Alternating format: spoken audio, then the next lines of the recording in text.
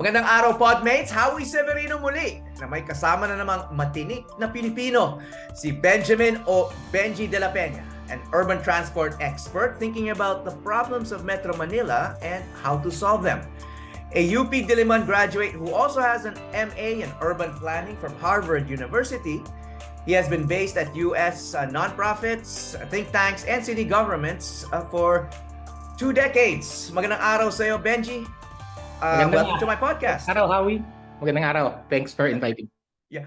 So you're based in the US, no? But you've been going back and forth to the Philippines, sharing your knowledge and advocating for reforms in the transport sector for years now. And alam natin na matagal na tayong may transport crisis.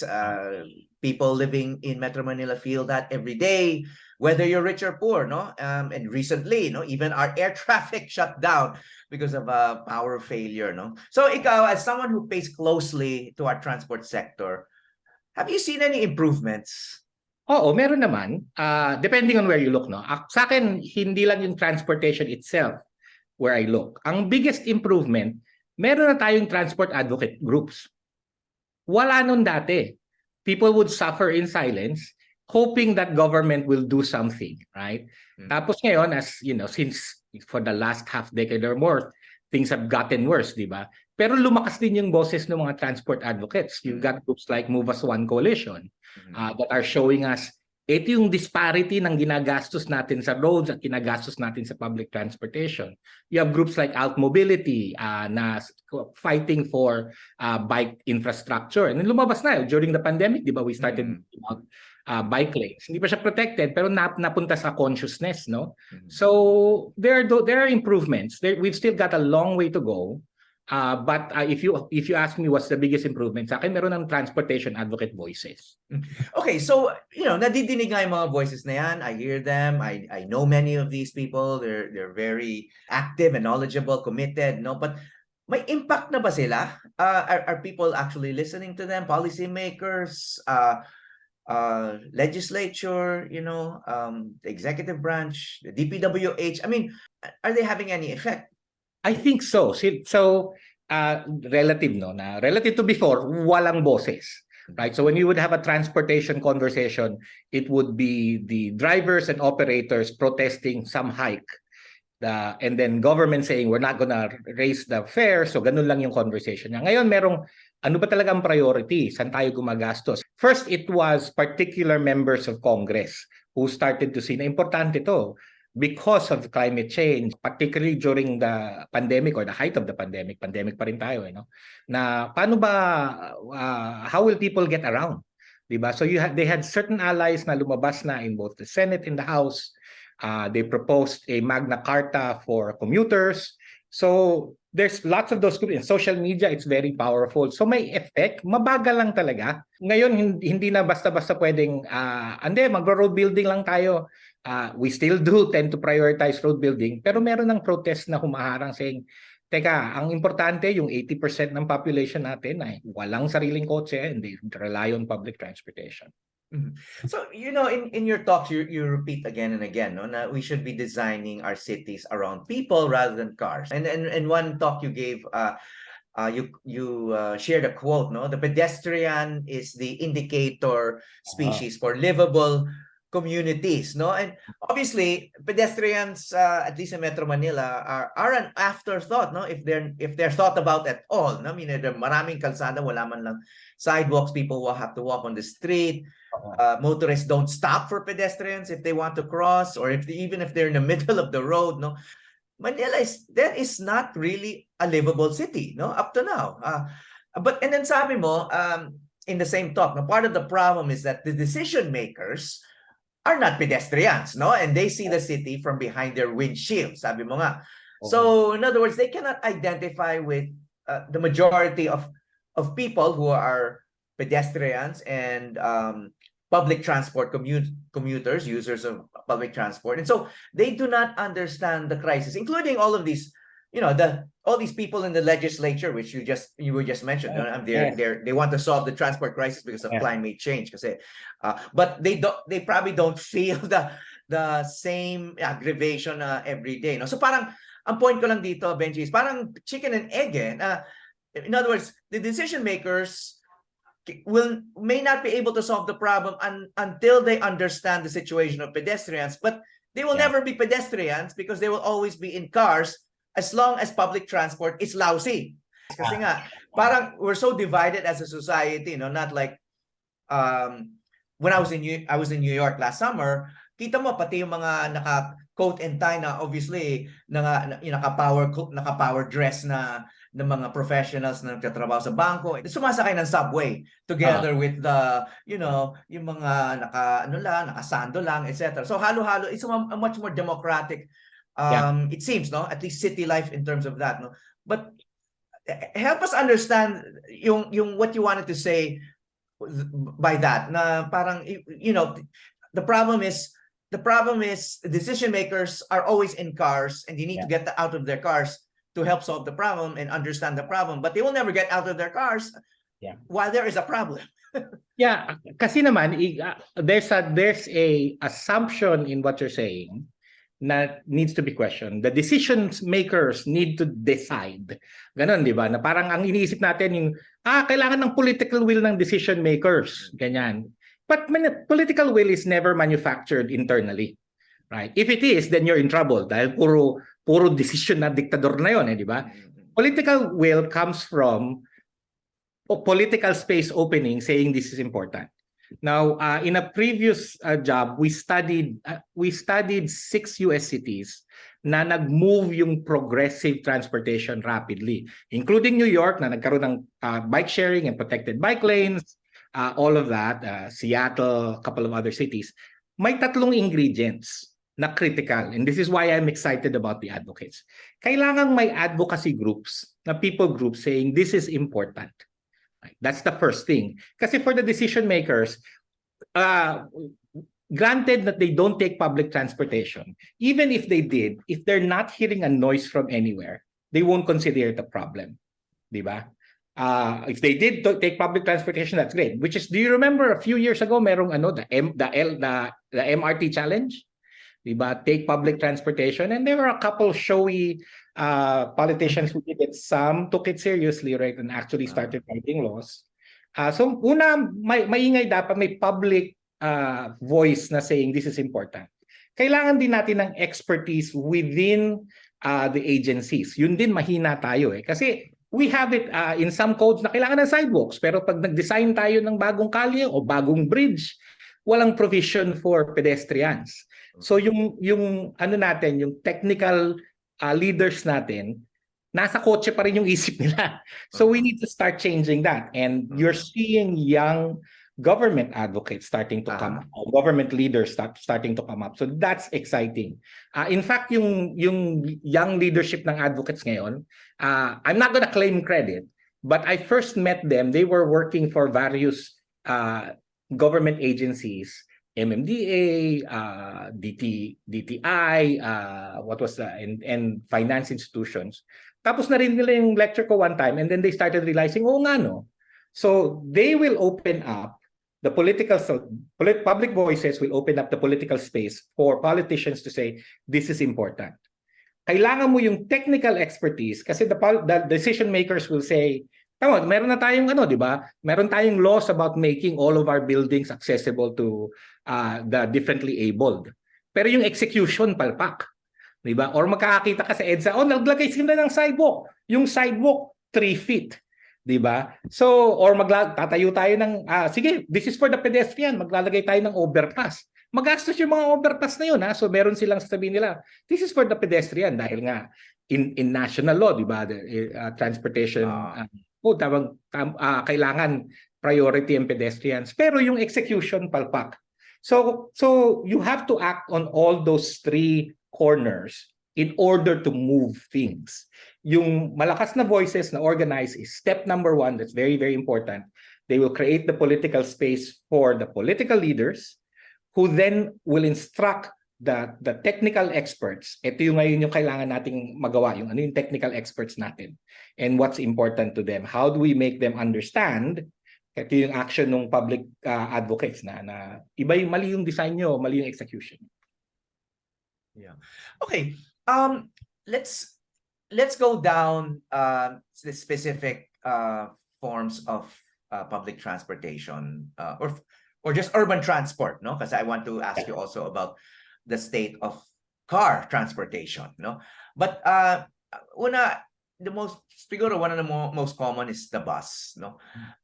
Sa EDSA, and I don't know how recently you've driven along EDSA, no? Pero may mga bus lanes na, no? They've been there for a few years now, no? Do you think this is an improvement? It is. People still say the carousel, the EDSA carousel. First of all, let me just say, I hate the name.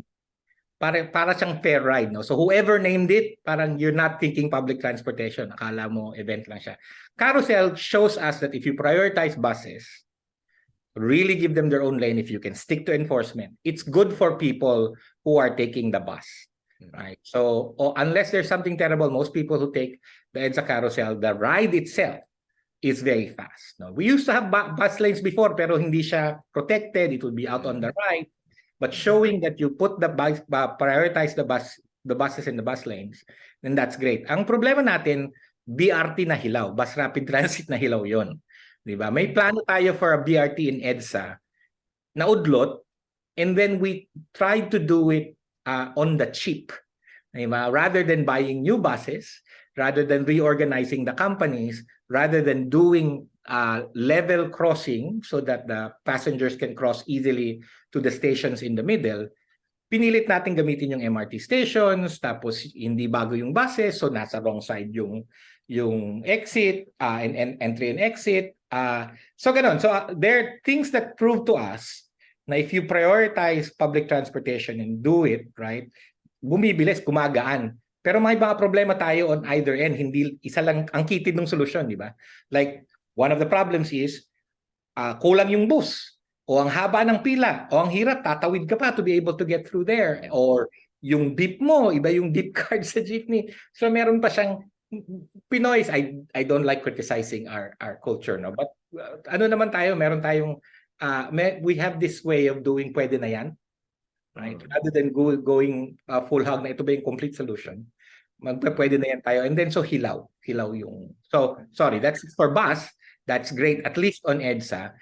The rest of the bus services, ang nangyari, sabi na, ito EDSA carousel na, so walang bus na manggagaling from Fairview diretong Makati. You now have to get off and transfer to carousel. Ang problema na, tinitingnan lang nila yung time saved within one segment of the route. They actually made it harder for commuters dahil what used to be a one-seat ride from Fairview to Makati, ngayon 2 transfers ka. Diba? Bababa ka somewhere along EDSA, lilipat ka, pipila ka na naman. So whereas it used to take maybe an hour and a half or 2, at least nakaupo ka lang. One ride. Ngayon, bababa ka pa, pipila ka ulit, tapos bababa ka pa, pipila ka ulit. Right? So ang problema nun, yung technical experts natin, ang isang metric lang yung tinitingnan nila, travel time saved on one corridor. Well, okay, for the longest time, no, trains were supposed to be part of the solution. Ngayon, we've had trains, urban trains, yung MRT, nabanggit mo, and then the LRT, no, for decades now, no, pero ang dami mong narinig ng reklamo naman tungkol sa train transportation. Ang haba ng pila, they're so crowded, kulang sa cars. So anong state of train commuting and trains naman sa Metro Manila para sa iyo? Underinvested yung train systems natin, right? We spend so much on roads, we don't spend on the trains. Tapos feeling natin private sector ang magke-carry ng load na yan. Of course not. Diba? So ang nangyayari yung natin, yung franchise setups natin, nag-extract ng value yung private sector on limited amounts, hindi na ma-improve yung service. Diba? Iba-iba pa yung operator. So depending on the train operator, pwedeng maganda or passable, pwedeng palpak. Tapos ang tagal pa natin before we start deploying trains, right? MRT itself is under spec. Right? So that is designed to run, I think, something like 350,000 people per day, 800,000 na ngayon and higher.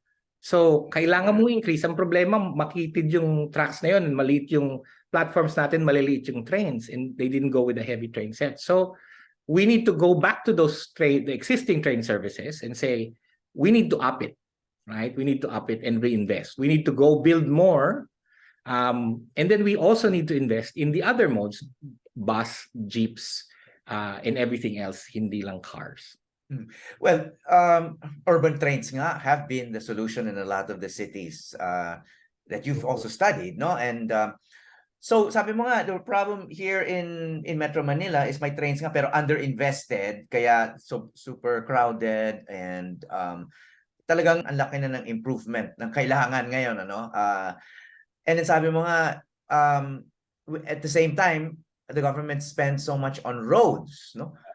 So bakit? I mean, trains seem to be like the consensus solution and a superior solution to building more and more roads which service cars, which transport fewer people, etc. We know this argument already, and yet ganun pa rin, underinvested nga yung train. So bakit nga?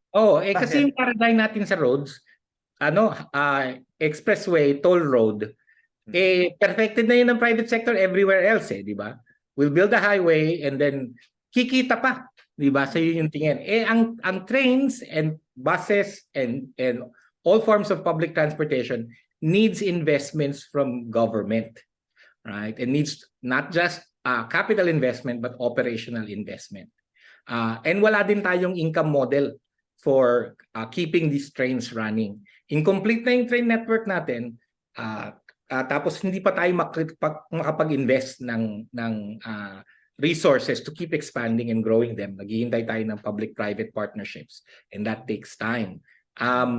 So mabagal yung execution, which is why we need to be investing in buses and bus rapid transit, right? Mali yung nearsighted na naman na trains lang. Syempre mahaba before you build out all of the train network. Matagal, gaano katagal nang ginagawa natin ng MRT7, diba? Tapos that itself will solve only one part of the network. The others, hindi tayo nag-invest in better bus systems, improving the jeepney, hindi lang yung new vehicles, but actually putting money into the facilities for jeepneys and making jeepney operators actually profitable. So it's a question of, yes, we need trains. We also need buses. So as an example, right? So London has an extensive train system. The underground is one of the best. But bus trips in London are 5 to 1 bigger than train trips. More people take the bus. So those are the trains are big ticket items and you need them as backbones.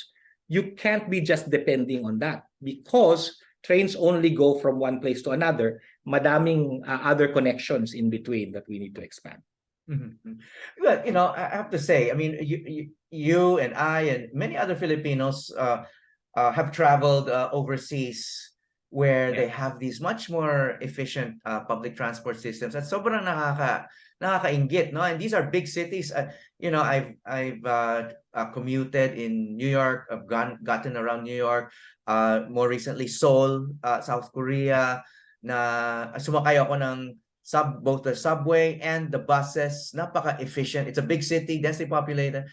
Wala akong naranasan na traffic in these cities. So, yun nga, malaking challenge nga na ma-improve yung trains and bus, but nagawa sa ibang lungsod, sa ibang lugar sa mundo eh. Pero sa atin parang we're kind of moving so slowly. Like in US cities. Okay. New York is okay, DC is passable, Chicago okay. The rest of the US cities actually don't have good public transportation.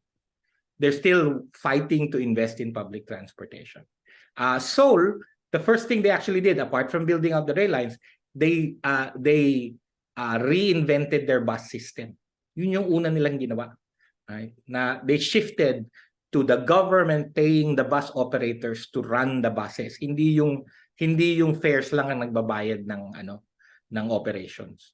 So, yes, but it proceeds from looking at ano ba yung mga tools we already have, how do we improve them, diba? Mahirap yung naiinggit tayo with all of these. Naiinggit ako sa Japan. Tokyo's system is without compare, or Hong Kong, yan, kumikita, and Singapore. You will attain it, but you have to start working on it. Yung New York built out most of its subway line within a period of 10 years in the late 1800s, early 1900s.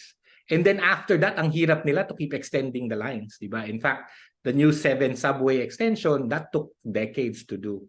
So as much as we look to other cities, we don't look to them with envy. We look to them saying, what can we learn there? Nabanggit mo na yung jeepneys. It's also been a big part of our culture. Popular transport na ang tawag natin. Yeah. But it's also been quite controversial and even notorious. No, there's always a plan to phase them out.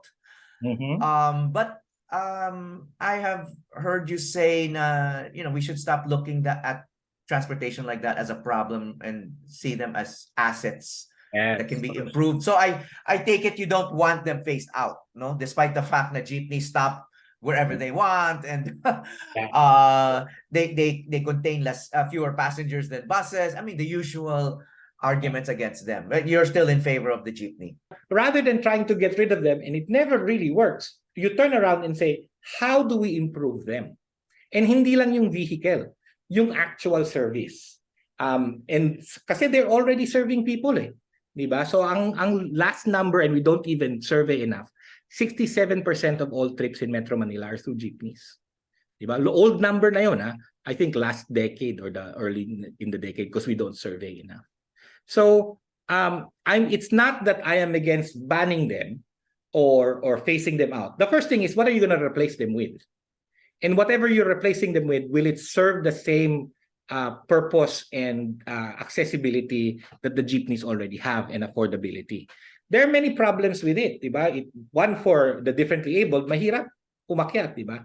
Pero it's demand driven and it's responsive, and despite the lack of government investment, unless they're being squeezed, actually kumikita just enough yung mga operators. So focus on what you have and talk about how can we improve this, instead of saying, pangit na yan, papalitan natin yan. And again, it's not unique to Metro Manila. It's a global experience. Okay. Tricycles. Yeah. Ano naman ang future niyan, if any? This is fantastic question. No? I was just in Cavite, and I noticed meron tayong white or yellow Bajaj auto rickshaw style tricycles, yung monocoque, diba? And they're electric. They're popping up all over, electric tricycles without government incentives, diba? So first thing is, let's shift them to electric. Second, recognize them as valid transportation.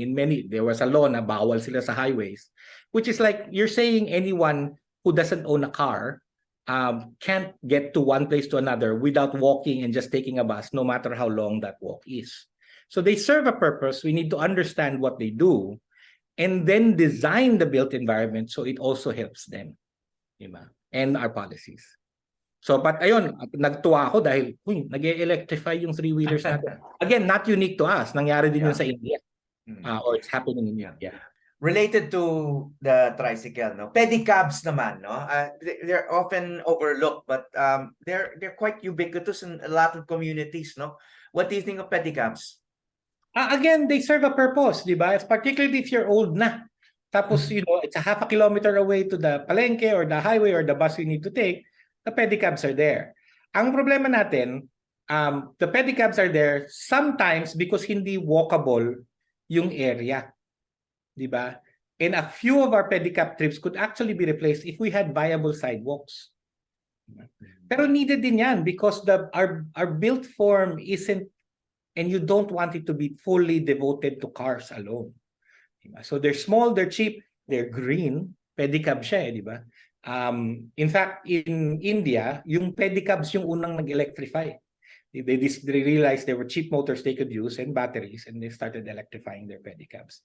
So we need them. Again, price point, diba? Who can afford a car? A very small portion of our population. But people can afford taking the pedicab. Okay, motorcycles, no? Dumami to. I guess they're become more affordable. May mga, I guess they're easier to to purchase and to pay for. I've been to some cities, let's say in Taiwan, no, na may sariling lane na ang sa ibang lugar, no, yung motorcycles. Is that would that be viable in Metro Manila, or Again, you have anong to think of posibleng it. solution dyan? I think you have to think of it first as a whole system. And you have to ask why. Why did that start? Because our whole system prioritizes privately owned vehicles. Primarily cars. Diba? Yun yung priority niya, privately owned vehicles.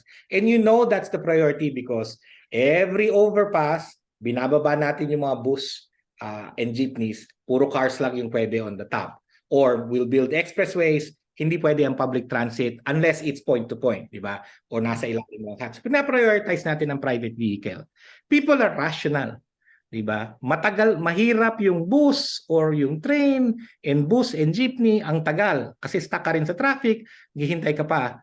And so what's the solution? If private vehicles are given priority and a motorcycle is affordable, I will buy the motorcycle for my convenience. So the question is, can you reverse that? You look at places like Taipei or even cities in Malaysia, Kuala Lumpur, madaming two-wheelers.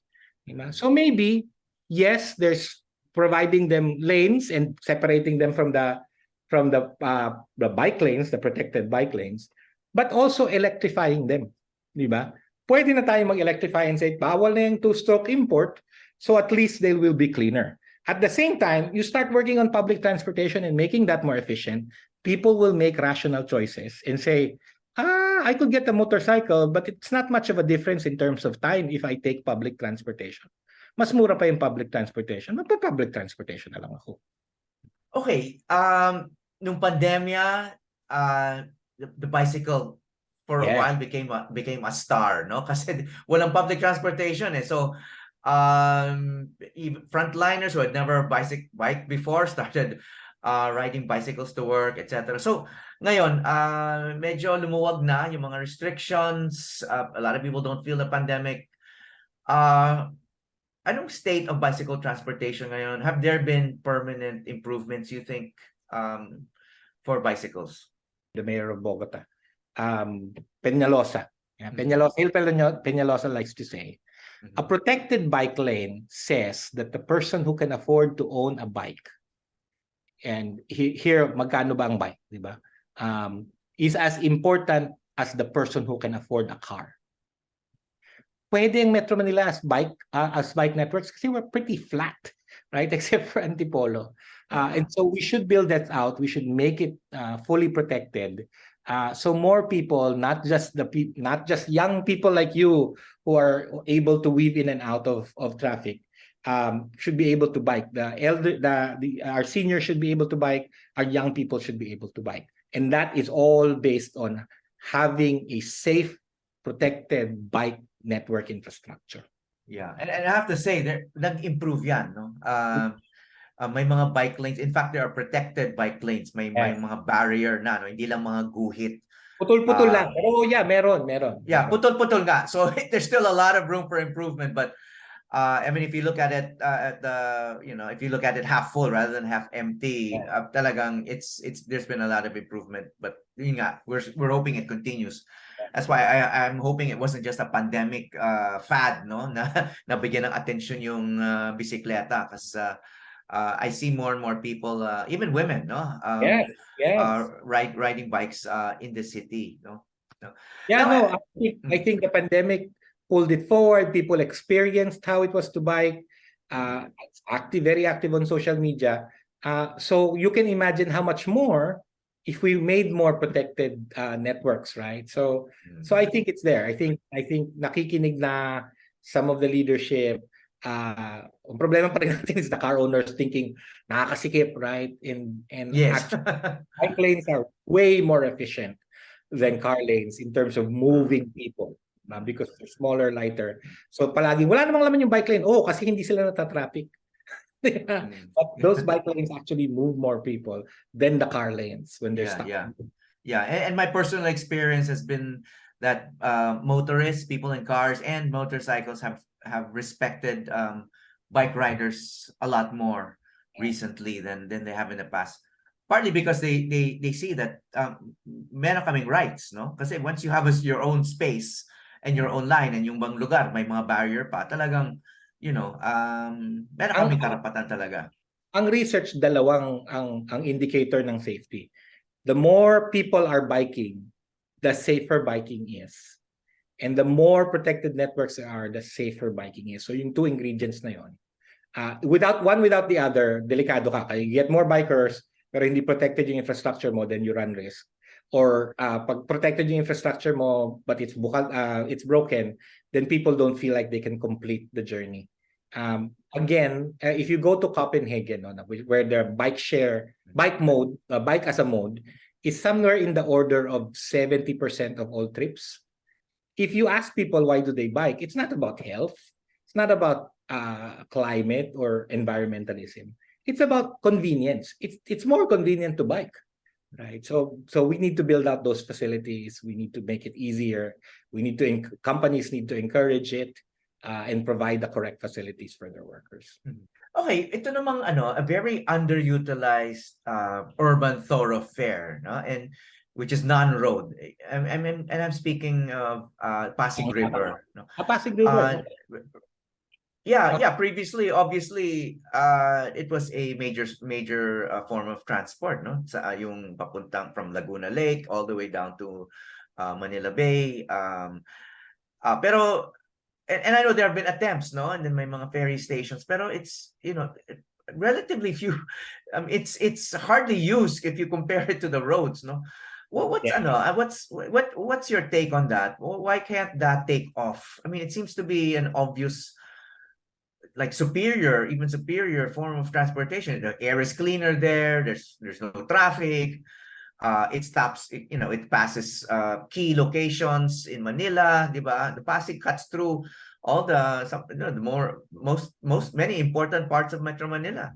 Again, the question is, how connected is it to the network? How easy is it to get off your jeep or your bus, get on the ferry, and then when you get off at the other end, nandun na yung kailangan mo ferry. So efficient siya if the transfers were efficient. And we didn't build ferry stations where the transfers were efficient. So it's kind of it doesn't function well kasi disconnected siya. The other was we built large boats. We used large boats. So kailangan mong punuin, and then so mga 100 yung pupunuin mo, matagal mapuno. Dahil matagal mapuno, matagal siyang maghihintay. Diba? Before then it moves on to go to the next one. So if you're from a kind of rational standpoint as a commuter, maganda nga while you're in the boat, pero ang hirap mag-connect eh. Tapos maghihintay ka pa. So it's not like every 5 minutes my boat. What I would like to experiment with, if you've ever been to Vancouver has an area called Falls Creek. They have tiny ferry boats na para siyang jeep. Diba? It'll carry 20 people's maximum. Pero constant siya. Meron siyang siguro 8 of these tiny ferries that keep jumping from station to station. Mabilis. So, ang Jared Walker likes to say, for the public transportation user, frequency is freedom. Diba? Because if it's coming every 5 minutes, it's dependable. But if it comes every 1 hour, then it's not convenient. So I think we should start with smaller boats, a la jeepney, that are much more regular.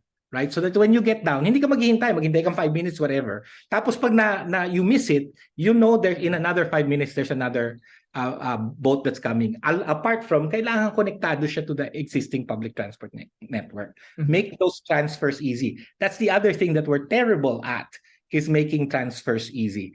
Exactly. It's not network.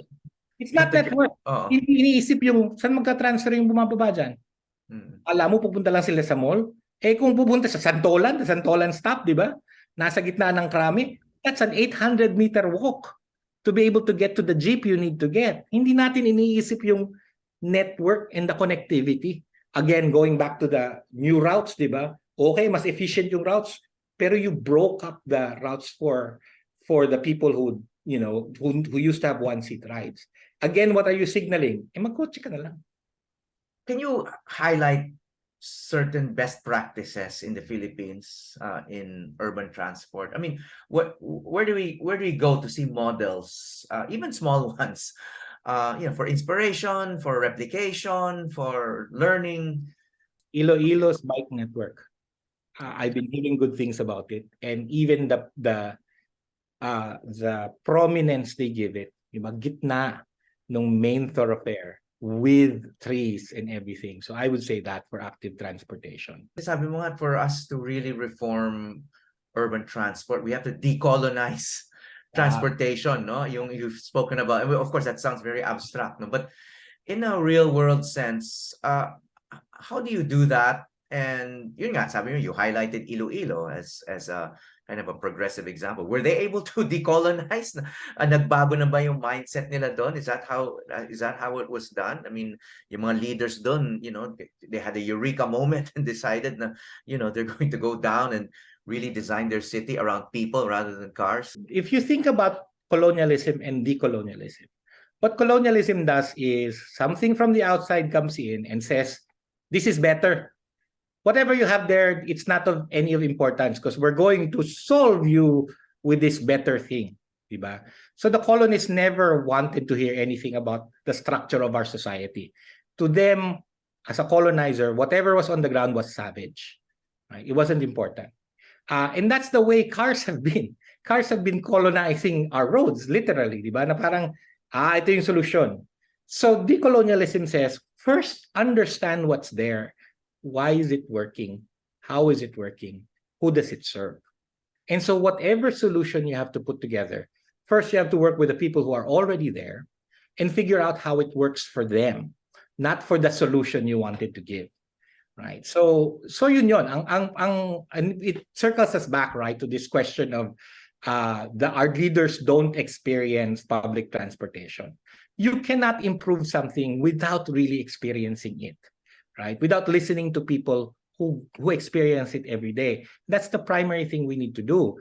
And so setting up the listening, the paying attention, the looking at it, and it's not just always adversarial. We have a very patriarchal, paternalistic society.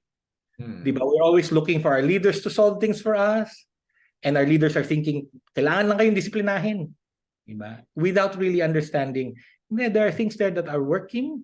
We need to really improve those and not think na I will buy a new train set and that will solve things. Well, on that essential point, we'll let you go so you can get some rest. So thank you, Benjie, for bringing our attention to overlooked problems and overlooked solutions to those problems. So Benjie de la Peña, urban planner and transport reform advocate, mabuhay ka. Salamat po. Hi, I'm Howie Severino. Check out the Howie Severino podcast, an original for GMA News and Public Affairs. New episodes will stream every Thursday. Listen for free on Spotify, Apple Podcasts, Google Podcasts, and other platforms.